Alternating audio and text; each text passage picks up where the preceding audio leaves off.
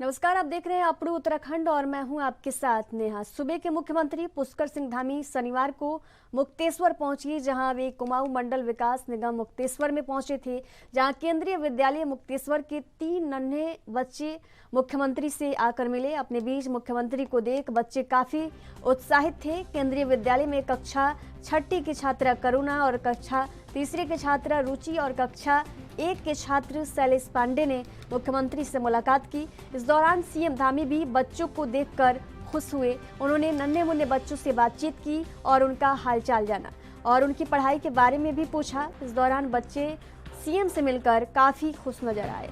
उन्होंने सीएम धामी का ऑटोग्राफ भी लिया।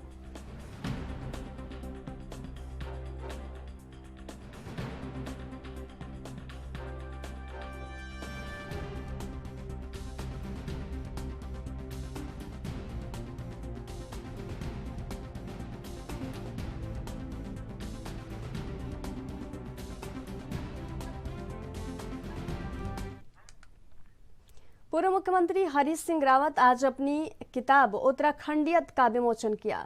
हरीश रावत ने कहा कि उत्तराखंड के बारे में कुछ बातें हमने इस किताब में रखी है और कुछ बातों को अगले खंड में रखा जाएगा। इस मौके पर नेता प्रतिपक्ष यशपाल आर्य, कांग्रेस प्रदेश अध्यक्ष करण महाराज सहित धारचूला के विधायक हरीश धामी समेत तमाम नेता और कार्यकर्ता मौजूद रहे। हरीश रावत ने कहा कि एक perfect socio economic culture model हमारी सोच का है। 2016 में उत्तराखंड में कुछ सियासी घटनाक्रम भी हुए, इसका जिक्र भी इस 4 खंड की किताब में किया गया है। उन्होंने कहा कि उसके बिना उत्तराखंडियत है ही नहीं। उत्तराखंडियत को खंडित करने की कोशिश वे केवल हमारी सरकार को छूट नहीं थी, ये छूट उत्तराखंडियत और लोकतंत्र दोनों को थी।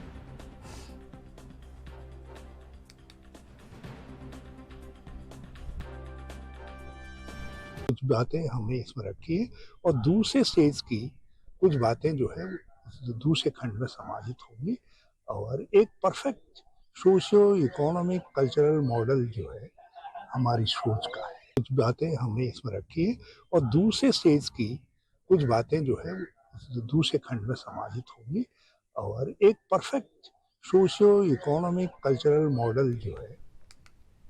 उत्तराखंड के पूर्व मुख्यमंत्री हरीश रावत ने मन की बात कार्यक्रम पर अपना बयान मीडिया को जारी किया। प्रधानमंत्री कुछ कहते हैं तो वे अच्छा है और ये अपने आप में ही एक इवेंट है और भाजपा तो इवेंट मैनेजर की पार्टी है, ये एक तरफा संवाद है। उन्होंने कहा कि अगर इसमें 2 तरफा संवाद होते, सुनने की दर से भी अगर मन की बात के संवाद होते तो हम लोग भी कहते कि आप लोग कद्र कर रहे हैं, आप केवल अपनी बात कहते हैं, तो इसका अर्थ है कि आप अपनी भावना को लोगों के ऊपर थोपते हैं।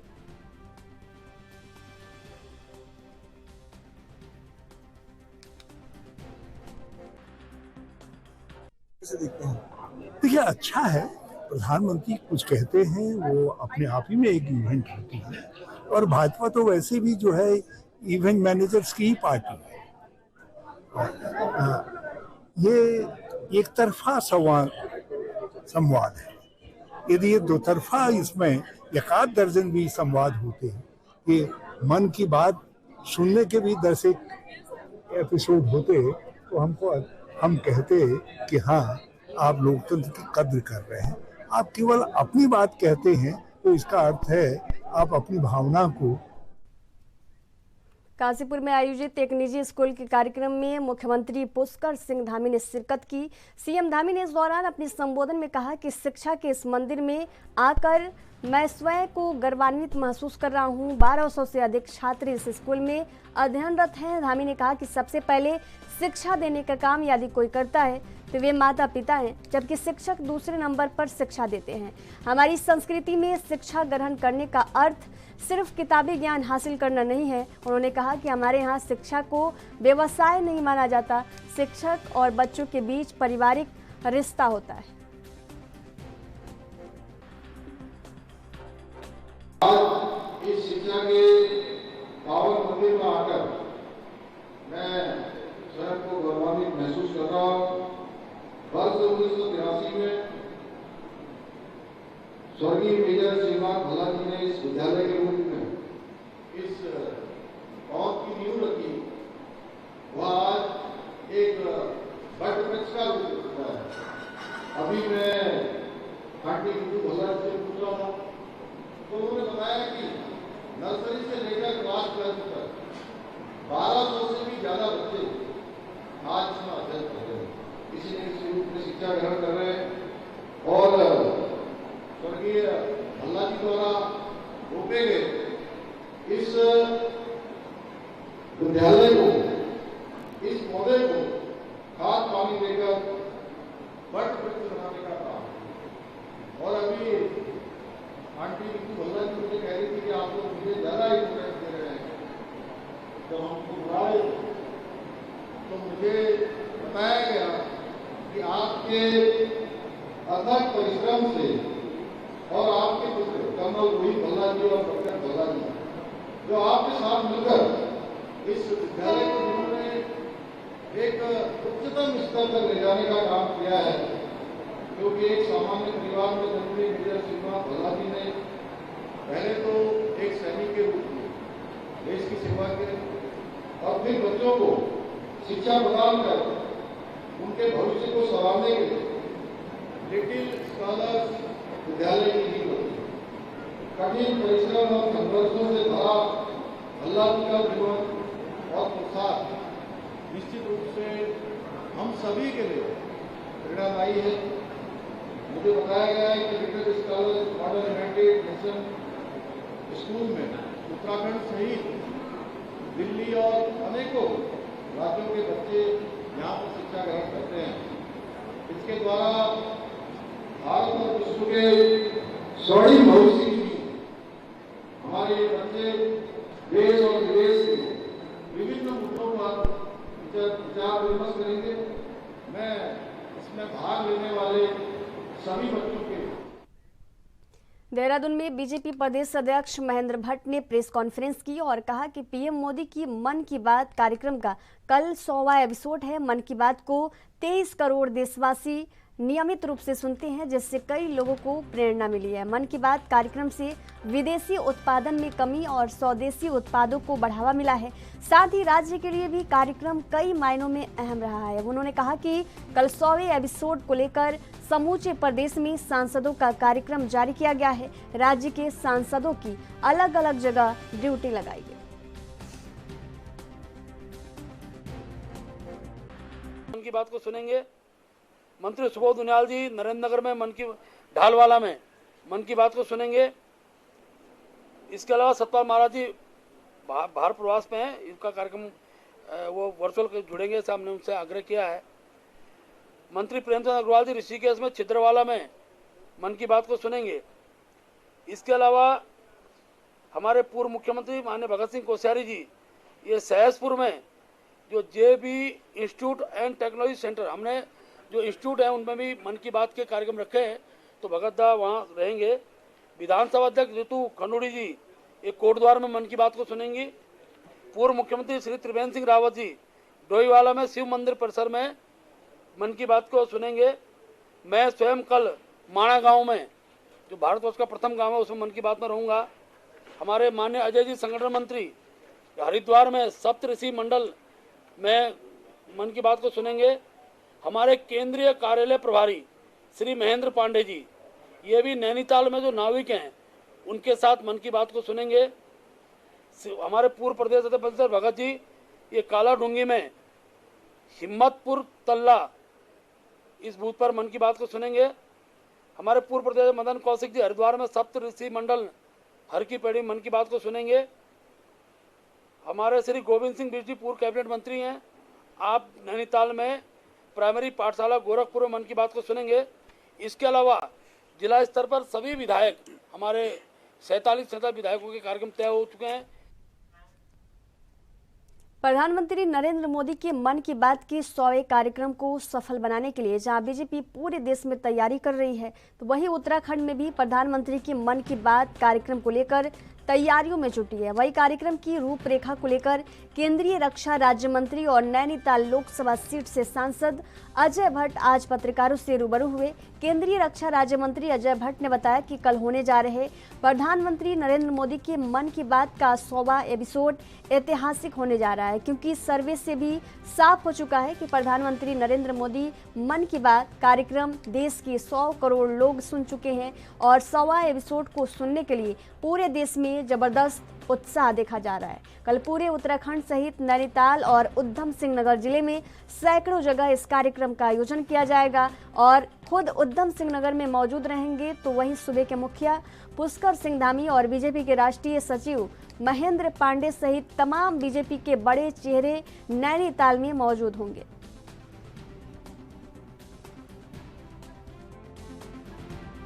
देश में एक इतिहास कल को रचा जा रहा है। भावी पीढ़ियां हमारी इस इतिहास को पढ़ेंगी और कई नई चीज़ें सीखेंगी। माननीय मोदी जी ने मन की बात जो 2014 से प्रारंभ करी थी, वो सतत चलते चलते कल को उसका 100वां एपिसोड संपन्न होगा। कोई एपिसोड ऐसा नहीं है जिस एपिसोड ने हमको मार्गदर्शन नहीं दिया हो, हमारी हिम्मत न बढ़ाई हो, उत्साहवर्धन न किया हो। हर क्षेत्र में, विज्ञान के क्षेत्र में हो, कृषि के क्षेत्र में हो, बागवानी के क्षेत्र में हो, खिलाड़ियों के क्षेत्र में हो, या फिर हमारे जो दिव्यांगजन हैं उनके क्षेत्र में हो, कोई क्षेत्र ऐसा नहीं है कहीं पर भी जिस प्रदेश की जो प्रतिभाएं थी, जिन्होंने प्रतिभा दिखाकर विशेष काम किया है, उन सब का उत्साहवर्धन, उनके सद्गुणों की चर्चा और उनके सद्गुणों से कुछ सीखने के लिए जो मैसेज दिया, वो हर मन की बात में मोदी जी द्वारा दिया गया है। इसलिए ये इतिहास एक रचा जा रहा है। कोई भी प्रधानमंत्री या राष्ट्राध्यक्ष आज तक इस तरह का कंटिन्यू सीधे सीधे पब्लिक से तारतम्य नहीं जोड़ पाए। आज पब्लिक इसीलिए गरीब से गरीब व्यक्ति भी मोदी जी में अपनी प्रतिमा देखता है। कल नैनीताल में माननीय मुख्यमंत्री जी और हमारे राष्ट्रीय सचिव और कार्यालय के हमारे पूरे कर्ता धर्ता जो पहले हमारे संगठन मंत्री रहे हैं हिमाचल प्रदेश के डॉक्टर महेंद्र जी पांडे जी वहां पर रहने वाले हैं और स्वयं मैं जसपुर में रहूंगा। हमारे माननीय विधायक, हमारे माननीय सांसद अपने अपने क्षेत्रों। प्रधानमंत्री नरेंद्र मोदी की मन की बात कार्यक्रम कल रविवार को 100वां संस्करण प्रसारित होने जा रहा है। ऐसे में उत्तराखंड में भी आधिकारिक लोग पीएम की मन की बात सुन सके, इसके लिए मुख्यमंत्री पुष्कर सिंह धामी ने सभी विद्यालयों, ग्राम सभाओं, डिग्री कॉलेज, पॉलिटेक्निक, ITI में कार्यक्रम को सुनने की व्यवस्था को सुनिश्चित करने के निर्देश दिए हैं। वहीं कांग्रेस प्रदेश अध्यक्ष करण माहरा ने प्रधानमंत्री नरेंद्र मोदी के मन की बात कार्यक्रम में कटाक्ष करते हुए कहा कि मन की बात से देश और राज्य को कोई लाभ नहीं होने वाला है। सवाल ये है कि क्या प्रधानमंत्री गरीबी, बेरोजगारी, महंगाई, जोशीमठ आपदा जैसे तमाम मुद्दों पर भी अपने मन की बात करेंगे? प्रधानमंत्री सिर्फ अपने मन की बोलते हैं, कभी जनता को भी बात करें। अध्यक्ष जी, कल मोदी जी का 100वां एपिसोड है मन की बात का, सारी जगह प्रोग्राम रखे गए हैं और भाजपा का कहना है कि ये सरकारी प्रोग्राम नहीं है बल्कि हमारा निजी प्रोग्राम है, जबकि सारे लोग, सारे मंत्री वही हैं। बीजेपी का कल्चर है, वो कहती कुछ है करती कुछ है। मेरा तो केवल ये कहना है कि ठीक है, 100वां दिन मनाए, आपके कार्यकर्ताओं का कार्यक्रम है, लेकिन इससे राज्य को और देश को कोई लाभ होने वाला नहीं है। मेरे राज्य के परिप्रेक्ष्य में पूछे तो कानून व्यवस्था पर क्या कहेंगे मोदी जी? अंकिता मर्डर केस में VIP के बारे में क्या कहेंगे मोदी जी? भर्ती घोटाले में एस राजू ने जिस सफेद पोस्ट का जिक्र किया कि सफेद पोस्ट मुझे जांच नहीं करने दे रहे हैं, और जो हाकम सिंह और इनके बीजेपी के मंडल अध्यक्ष मंगलौर का संरक्षक है, उसका नाम लेंगे क्या मोदी जी? लाठीचार्ज किसके आदेश पे हो आज तक पता नहीं चल पाया, क्या इस बात पर जिक्र करेंगे मोदी जी? इनकी सरकार में पटवारी पेपर लीक हो गया, इस पर बात करेंगे क्या मोदी जी? जोशीमठ टूट गया, बर्बाद हो गया, 80 करोड़ से ज्यादा हिंदुओं का आस्था का केंद्र जोशीमठ, इस पर बोलेंगे क्या मोदी जी? अगर मोदी जी इन सब बातों पे बोलते हैं, गरीबों के, बेरोजगारों के लिए बात करते हैं, रोजगार की बात करते हैं और देश को मजबूत करने की बात करते हैं, महंगाई कम करने की बात करते हैं, तब तो समझ में आता है किसी के लाभ की है, नहीं तो मन की बात खट्टी। यहाँ रुकेंगे एक छोटे से ब्रेक के लिए। ब्रेक के बाद जल्द हाजिर होंगे। देखते रहिए ANB न्यूज़।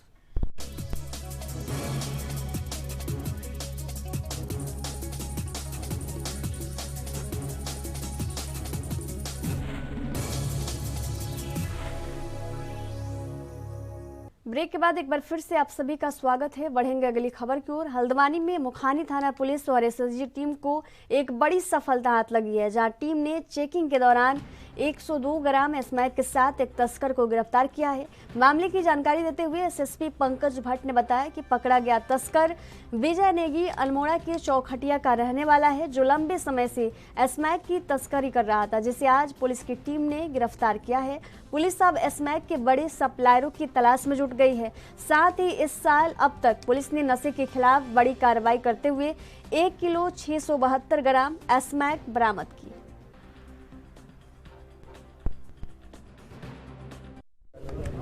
इसमें विजय सिंह नेगी है, ये बेसिकली चौकुटिया अल्मोड़ा का रहने वाला है और यहाँ ENT रोड पर रहता है। कल बेल बसानी के पास जो है मुखानी पुलिस तबीज़ पे गई थी, वहाँ उनको SOG की टीम भी मिली और वापसी में इनको एक जो है आपका स्मैक पिया हुआ व्यक्ति मिला। इसकी जब चेकिंग की गई तो इससे 102 ग्राम आपका बरामद हुई है और जो मुखानी पुलिस और SOG द्वारा जो सराहनीय कार्य किया गया, इसके लिए मेरी तरफ से 2,500 रुपये के इनाम की घोषणा की गई है। इसमें इसके द्वारा पूछताछ में जो चीज़ें निकल के आई हैं, इसका ये कहाँ से लाता था, ये इस चीज़ के आधार पर पुलिस आगे एक बड़ी कार्रवाई करने जा रही है और शीघ्र ही इसमें बड़ी कार्रवाई देखने को मिलेगी। जहाँ तक आपका नशे के खिलाफ कार्रवाई है तो वो लगातार चल रही है और इस साल लगभग 2.25 किलो अभी तक स्मैक बरामद हो चुकी है।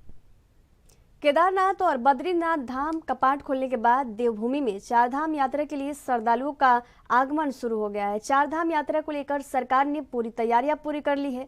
चारधाम यात्रा में लाखों की संख्या में श्रद्धालुओं के पहुंचने का अनुमान है। अधिकतर यात्री दिल्ली हरिद्वार नेशनल मार्ग से देवभूमि में पहुंचेंगे। देवभूमि प्रवेश द्वार नारसन से लेकर मंगलौर तक बनी 4 लाइन पर सड़क दुर्घटनाओं के लेकर चिंता बनी हुई है। जनपद हरिद्वार में सबसे ज्यादा सड़क दुर्घटनाएं इसी मार्ग पर हुई है। 4 लाइन बनने के बाद पिछले साल महीनों में सड़क दुर्घटनाओं में तेजी के साथ इजाफा हुआ है।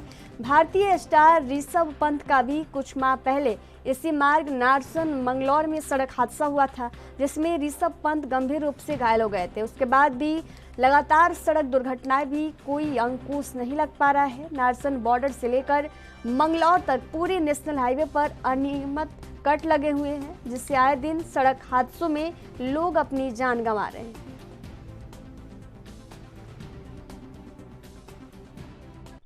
चारधाम यात्रा शुरू हो गई है और इसके लिए पहले तो सरकार को बहुत बहुत बधाई। लेकिन जहां इस पॉइंट की बात है नारसन से और मंगलौर क्षेत्र की, खासकर GT रोड की, तो रास्ते में इतनी जगह से सड़कें जो डिवाइडर है वो बीच में उसमें जगह छूटी हुई हैं। अब अगर आप इसी बात की करें देवबंती रहे की बात, तो हम लोग इस पर चढ़ने से पहले भी हमें सोचना पड़ता है और जब हम लोग इसको रॉन्ग साइड आकर अपनी देवबंद रोड पर चढ़ते हैं, आए दिन कितने लोग, कितने हमारे जवान बच्चे इसमें जो हैं आज तक वो बेचारे दुनिया में नहीं रहे हैं एक्सीडेंट होने के बाद। लेकिन सरकार की आंखें नहीं खुल पा रही हैं। आप मंगलौर में जाइए, वहाँ पर जाम की स्थिति ज्यों की त्यों है, बीच बीच में डिवाइडर खुले हुए हैं, रॉन्ग साइड से लोग निकलते हैं। अब एक बात बताइए, यहाँ से आप आगे निकलिए, झबरेड़ा रोड है, जो हमारा दिल्ली से आने वाला टूरिस्ट है, महाराष्ट्र से है, राजस्थान से है, उनको क्या पता है कि बीच में यहाँ पर इस सरकार ने ऐसे भी किया हुआ है कि हाईवे तो बना दिया, लेकिन उसमें जगह जगह इस तरह से जैसे कहना चाहिए कि डिवाइडर चोरी से काट दिए गए हैं। वो आते हैं हाई स्पीड से, इधर से जो है उनको पता नहीं होता है और धड़ाक से ऐसे एक्सीडेंट होते हैं कि कोई बचने की गुंजाइश ही नहीं रहती है। आप कल का लीजिए वहाँ ये जो मुख्यतः उत्तराखंड राज्य के बॉर्डर्स पर संपूर्ण जगह पर परिवहन विभाग द्वारा ANPR कैमरे लगाए गए हैं, जिनके द्वारा कि वाहनों की नंबर प्लेट का रिकग्निशन कर उसकी एवं उसकी स्पीड को नापकर प्रवर्तन की कार्यवाही की जाएगी। तो ये मुख्यतः ये हमारे हरिद्वार जनपद में जो है इसकी 3 सीमाओं पर मंडावर में और गुरुकुल नारसन में तथा श्यामपुर में लगाए गए हैं। अभी कार्यवाही हो रही है, धीरे धीरे अभी इनसे कार्यवाही शुरू हो जाएगी कुछ दिनों में ही और चालान की कार्यवाही होगी। मेरी तो सबसे यही अपील है कि आप लोग जब उत्तराखंड राज्य में आए हैं तो आपका बहुत बहुत स्वागत है। आप अपने वाहन को नियंत्रित गति में चलाएं और ओवर स्पीडिंग ना करें, सड़क सुरक्षा के नियमों का ध्यान रखें तथा नींद की दशा में या नशे की दशा में वाहन को कतई नहीं चलाएं और आपकी यात्रा नगर निगम में वार्ड में स्ट्रीट लाइट लगाने का काम कर रही ESL कंपनी ने नई लाइट लगाने का काम करने को लेकर हाथ खड़े कर दिए हैं। देहरादून के महापौर सुनील उनियाल गामा ने बताया कि निगम ने कंपनी से 8000 नई लाइटें उपलब्ध करवाने की डिमांड भेजी, लेकिन फिर नहीं मिल पा रही है। खराब लाइटों की मरम्मत में भी ज़्यादा समय लग रहा है। उन्होंने बताया कि वार्डों में 4000 से ज़्यादा विद्युत पोल लंबे समय से खाली हैं। ESL कंपनी ने मरम्मत का काम आगे आस्था इलेक्ट्रिकल्स कंपनी को सौंप रखा है।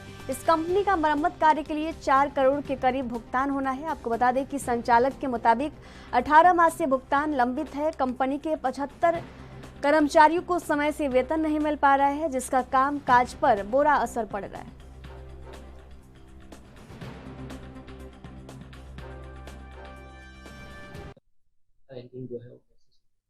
कि स्वच्छता सर्वेक्षण के साथ साथ हमारा प्रयास है कि देहरादून जो है साफ सुथरा होना चाहिए, देहरादून में गंदगी ना हो।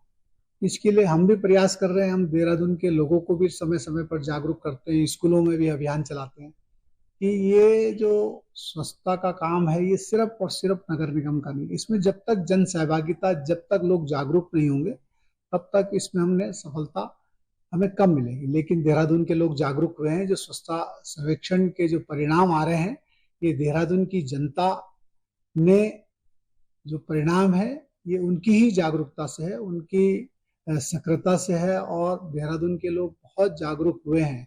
हम 384 से जो है आज हम 69 पे आए, तो 315 अंकों का हमने सुधार किया है। और ये सुधार तभी हुआ है कि देहरादून के लोग जागरूक हुए हैं। मैं पुनः देहरादून वासियों सभी से अनुरोध करना चाहता हूँ कि जो कूड़ा है हमारी नगर निगम की गाड़ी आती है या जहाँ नगर निगम की गाड़ी नहीं आती, वहाँ जहाँ डस्टबिन है तो अगर वहीं कूड़ा डालेंगे तो मुझे लगता है कि स्वच्छता सर्वेक्षण के परिणाम भी अच्छे आएंगे और हमारा शहर भी जो है साफ सुथरा होगा। अब पर्यटन सीजन आ रहा है, पर्यटन सीजन के साथ साथ जो है लाखों लोग जो है यात्रा सीजन भी चल रहा है। हमारा देहरादून में भी जो है अधिकतर पर्यटक आते हैं और पर्यटक के साथ साथ हम एक अभियान ये भी चलाते हैं कि विकास नगर से लेकर और अपना पूरा देहरादून तक, ऋषिकेश से लेकर पूरा अपना देहरादून तक जो मेन रोड है, क्योंकि मेन रोड में भी गंदगी होती है, प्लास्टिक बोतलें ये फेंकी जाती हैं, तो इसके लिए भी हम समय समय पर अभियान चलाते हैं। ये भी हम अभियान चलाएंगे। अभी हमारा जो अभियान है, जो बरसात से पहले हम जो है नदी नाले साफ करते हैं, आजकल वो भी अभियान हमारा चल रहा है ताकि बरसात में भी जल भराव ना हो और जल भराव के साथ साथ जो ये मलेरिया और डेंगू की बीमारी होती है इससे भी बचाव हो सके। गृह कलेश के चलते देहरादून की एक युवती ने ऋषिकेश में आस्था पथ से गंगा में छलांग लगा दी। कंट्रोल रूम से सूचना मिलने के बाद एम्स पुलिस चौकी के सिपाही संदीप राठी और वर्जिश ने स्थानीय नागरिक के सहयोग से युवती को सकुशल गंगा से बाहर निकाला। परिजनों से फोन पर बात करने के बाद युवती को उसके परिजनों के हवाले कर दिया गया। पूछताछ में युवती ने बताया कि वह गृह कलेश से परेशान होकर देहरादून से ऋषिकेश पहुंची, जिसके बाद उसने आस्था पथ से गंगा में कूदकर अपनी जान देने का फैसला लिया।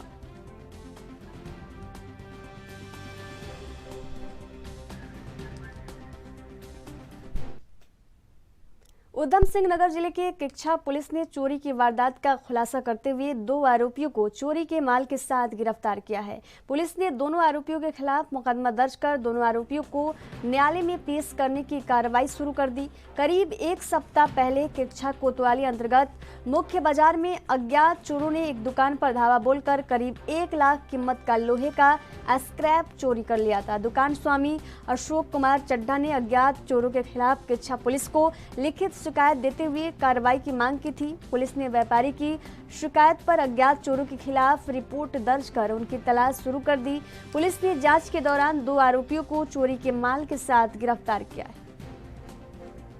वादी जो हैं श्री अशोक कुमार चड्ढा, इनके द्वारा एक तहरीर दी गई थी अब से लगभग 3-4 दिन पहले, 1 हफ्ता पहले लगभग। इनके द्वारा इस तहरीर में बताया गया था कि इनका कुछ स्टील का स्क्रैप जो है जिसकी कीमत लगभग 1 लाख रुपए है, तो ये चोरी हो गया था। ये स्थानीय व्यापारी हैं और इनके जो द्वारा घटना पंजीकृत कराई गई थी, इसको पूरी गंभीरता से लेते हुए सीओ किच्छा और इंस्पेक्टर किच्छा के नेतृत्व में टीम गठित की गई।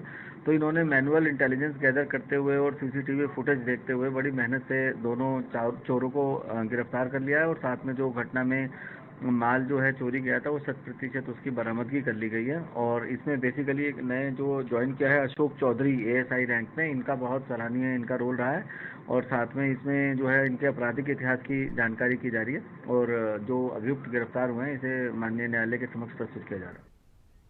अपने उत्तराखंड के सफर में फिलहाल दीजिए जाने की इजाजत। देखते रहिए एनबी न्यूज। नमस्कार।